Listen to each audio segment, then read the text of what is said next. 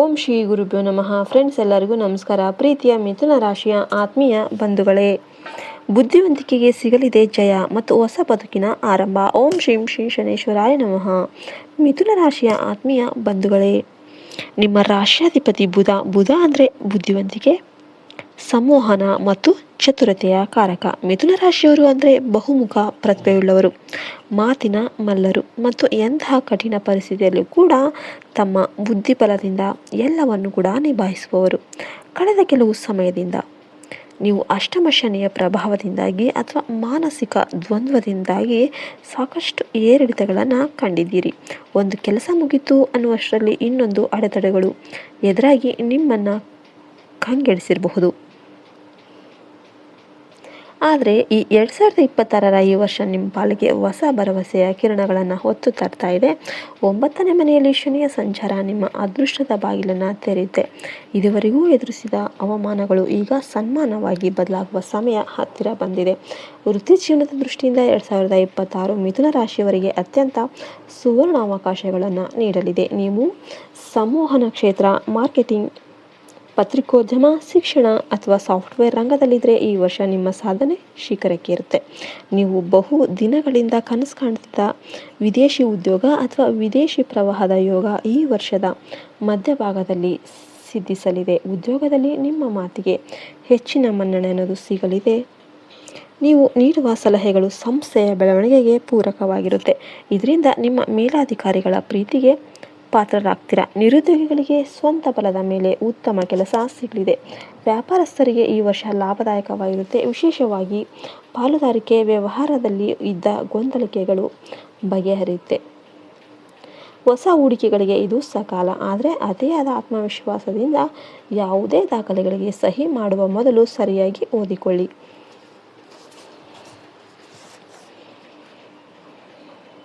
ಆರ್ಥಿಕವಾಗಿ ಮಿಥುನ ರಾಶಿಯವರಿಗೆ ಈ ವರ್ಷ ಪ್ರಗತಿಯ ವರ್ಷವಾಗಿರುತ್ತೆ. ಕಳೆದ ಕೆಲವು ವರ್ಷಗಳಿಂದ ಇದ್ದ ಹಣಕಾಸಿನ ಮುಗ್ಗಟ್ಟು ನಿಧಾನವಾಗಿ ದೂರವಾಗುತ್ತೆ. ಹೂಡಿಕೆ ಮಾಡಿದ ಹಣ ಈಗ ಲಾಭದ ರೂಪದಲ್ಲಿ ನಿಮಗೆ ವಾಪಸ್ ಬರುತ್ತೆ. ನಿಮ್ಮ ಬುದ್ಧಿವಂತಿಕೆಯನ್ನು ಉಪಯೋಗಿಸಿ ನೀವು ಅನಿರೀಕ್ಷಿತ ಮೂಲಗಳಿಂದ ಧನ ಸಂಗ್ರಹ ಮಾಡ್ತೀರಾ. ಶೇರ್ ಮಾರ್ಕೆಟ್ ಅಥವಾ ಭೂಮಿಯ ವ್ಯವಹಾರದಲ್ಲಿ ತೊಡಗಿರುವವರಿಗೆ ಅನಿರೀಕ್ಷಿತ ಲಾಭದ ಯೋಗ ಇದೆ.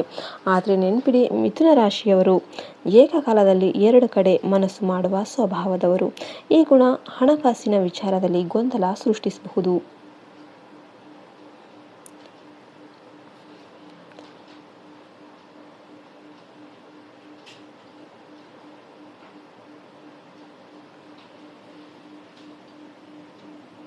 ಆದ್ದರಿಂದ ಸ್ವಲ್ಪ ನೀವು ಖರ್ಚು ಮಾಡಬೇಕಾದ್ರೆ ಸಮತೋಲನವನ್ನು ಕಾಯ್ದುಕೊಳ್ಳಿ. ಕುಟುಂಬದ ಅಗತ್ಯಗಳಿಗಾಗಿ ಹೆಚ್ಚಿನ ಹಣ ವ್ಯಯ ಆಗಬಹುದು.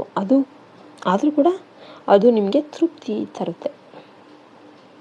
ಕುಟುಂಬ ಮತ್ತು ಸಂಬಂಧಗಳ ವಿಷಯಕ್ಕೆ ಬಂದರೆ ಈ ವರ್ಷ ಮಿಶ್ರ ಫಲವನ್ನು ನೀಡಲಿದೆ. ಮನೆಯಲ್ಲಿ ಸಂತೋಷದ ವಾತಾವರಣ ಇರುತ್ತೆ. ಆದರೆ ನಿಮ್ಮ ಮಾತಿನ ಚತುರತೆ ಕೆಲವೊಮ್ಮೆ ವ್ಯಂಗ್ಯವಾಗಿ ಮಾರ್ಪಟ್ಟು ಮನೆಯವರ ಮನಸ್ಸಿಗೆ ನೋವುಂಟು ಮಾಡಬಹುದು. ಆದ್ದರಿಂದ ಮಾತಿನ ಮೇಲೆ ನಿಗಾ ಇರಲಿ. ಸಹೋದರ ಸಹೋದರಿಯರಿಗೆ ಇದ್ದ ಆಸ್ತಿ ವಿವಾದಗಳು ಹಿರಿಯರ ಮಧ್ಯಸ್ಥಿಕೆಯಿಂದ ಸುಖಾಂತ್ಯಗೊಳಿಸುತ್ತೆ. ಪ್ರೇಮ ಜೀವನದಲ್ಲಿ ಇರುವವರಿಗೆ ಈ ವರ್ಷ ಮದುವೆಯ ಸಂಭ್ರಮ ಸನ್ನಿಹಿತವಾಗಿರುತ್ತೆ. ನಿಮ್ಮ ಪ್ರೇಮಕ್ಕೆ ಮನೆಯವರ ಸಮ್ಮತಿ ಸಿಗಲಿದೆ. ಮಕ್ಕಳ ಬಗ್ಗೆ ಇದ್ದ ಚಿಂತೆಗಳು ದೂರವಾಗುತ್ತೆ.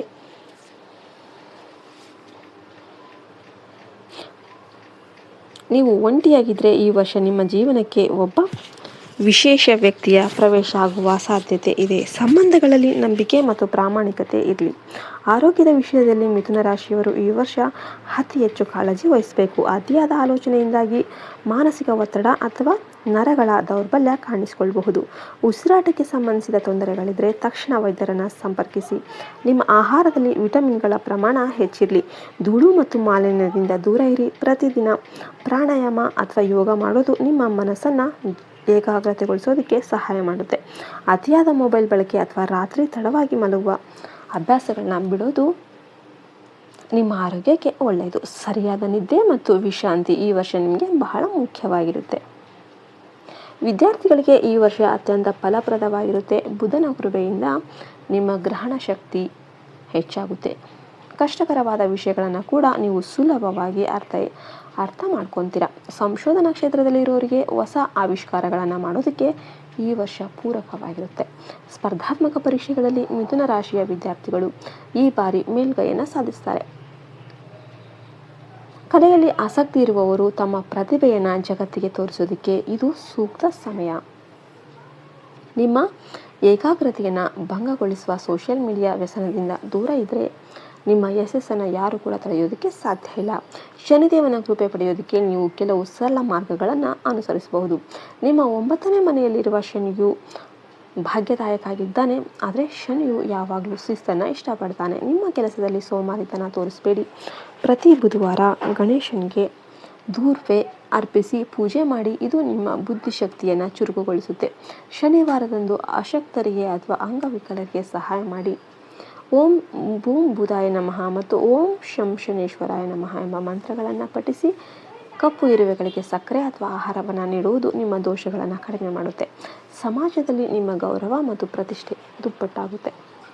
ಜನ ನಿಮ್ಮ ಸಲಹೆಗಾಗಿ ಕಾಯುವ ಪರಿಸ್ಥಿತಿ ನಿರ್ಮಾಣವಾಗುತ್ತೆ. ನಿಮ್ಮ ಮಾತು ಕೇಳಲು ಸಾವಿರಾರು ಜನ ಸೇರ್ತಾರೆ. ಸಾಮಾಜಿಕ ಜಾಲತಾಣಗಳಲ್ಲಿ ಸಕ್ರಿಯ ಆಗಿರುವ ಮಿಥುನ ರಾಶಿಯವರಿಗೆ ಈ ವರ್ಷ ಅಪಾರ ಜನಪ್ರಿಯತೆ ಸಿಗಲಿದೆ. ನಿಮ್ಮ ಕಂಟೆಂಟ್ ಅಥವಾ ಐಡಿಯಾಗಳು ಜನರಿಗೆ ಸ್ಫೂರ್ತಿಯಾಗಿರುತ್ತೆ. ಆದರೆ ನೆನ್ಪಿಡಿ, ಯಶಸ್ಸು ಬಂದಾಗ ತಲೆ ತಗ್ಗಿಸಿ ನಡೀರಿ.